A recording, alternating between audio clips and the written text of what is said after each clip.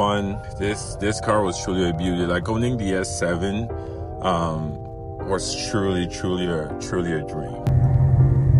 Hey guys, so I'm essentially really excited and really sad at the same time because today we're gonna see that beauty back here gone. This is my Audi S7. It's 2016 V8 twin turbo. I have it tuned stage 1 transmission tune as well. Like, this car is just phenomenal, but it's really sad to see it go. So today I'm going to be taking delivery of my new car, but I just wanted to talk about what it was like owning it for the past 3 years, how much was the maintenance, and honestly, if you want a good bang for your buck at this point and you're really looking for a car that's going to take you to point A to point B, it's going to be fun, the exhaust is going to be crazy, this is definitely the car for you. So I have about 131 kilometers on it. Sorry, the car is literally filthy. I'm doing this in the morning. Maintenance wasn't too bad. I mean, I had to send her oil change and things like that I got done to it every so often, obviously. But maintenance, it wasn't too bad. Gas consumption in a city is not the greatest, obviously, but it depends also how spirited you drive it. Like, look at this.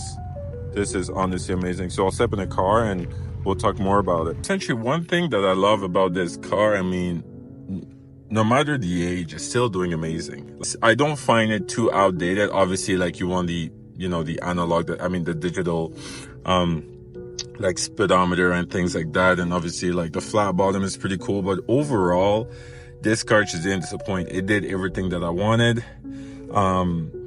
I have, you know, I had the Prestige, so like carbon fiber here, around like the trim and stuff like that. It's a sports seat and it's pretty comfortable. But yeah, overall, like, it's just been an amazing car. We flip back and we talk a bit more about the maintenance and how it was like owning it. So throughout the life of the car, I only had one issue when I was trying to essentially change my brakes. There was an issue with the caliper and things like that. One of the screw was like kind of forced in before because I bought it used. So it created some issue, but you know, my mechanic was clutch. He worked with this guy that do like a welder that does threads and stuff. So they figured that out, fixed it.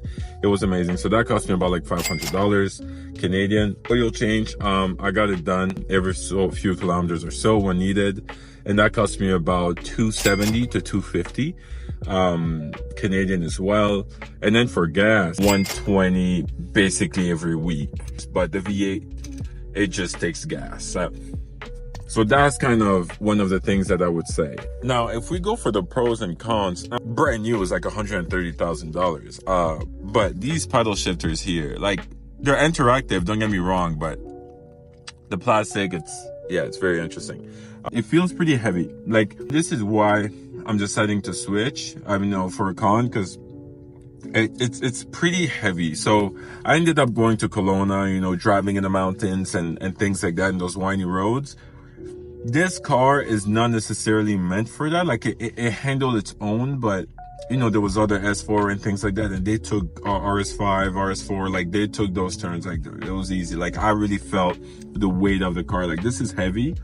It's meant to be luxurious, straight lines and stuff like that, but when it comes to handling and cornering, this is not the car. But if you like speed, you can take most of every car that's on the road. But like, yeah, overall, that's what I would say for this car. Like, it's just how heavy it is. And the reason why I want to switch is I want a car, not necessarily from the 0 to 60, but for the feel of it, for like being more in tune. I got a chance to drive like a M4. I got a chance to drive an S5 and be in that and things like that. So they were more interactive cars. All right. So that's kind of why I'm making the switch. But overall, I just want to say, like, for me, this is just surreal because I've been wanting this car for such a long time. And, I honestly can't believe that, like, it's here, I dreamed about it, watched YouTube videos about it like everybody else. And this was just a car that I wanted. And when the opportunity came and life got better and I got myself in a position I was able to, this car was a no-brainer. And honestly, like, I remember starting the car for the first time and I'm gonna put the footage here. Like, the screen came up and I was just like shocked. I'm like, I just can't believe I'm in this car. Like, no, overall, I'm gonna miss this car so much.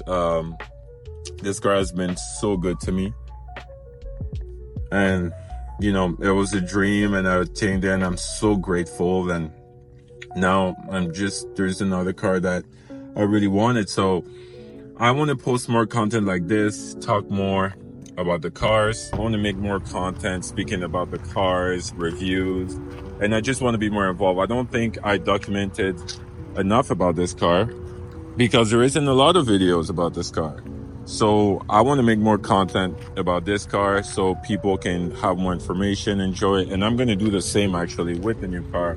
So if you want to see more content and you want to see more things that I'm going to do, and the next car that I'm getting, I'm going to reveal it very soon. Just like and subscribe, man. I want to start this channel, this journey. I love cars. I love German cars. I'm just so passionate about it. I go to a lot of meets with the Audi Club Western Canada. So there's just going to be a lot of content heading that way. So in that note, I want to say goodbye, and I want to say I'm super, I want to say thank you, and I'm super grateful to have owned this car, and looking forward for the future.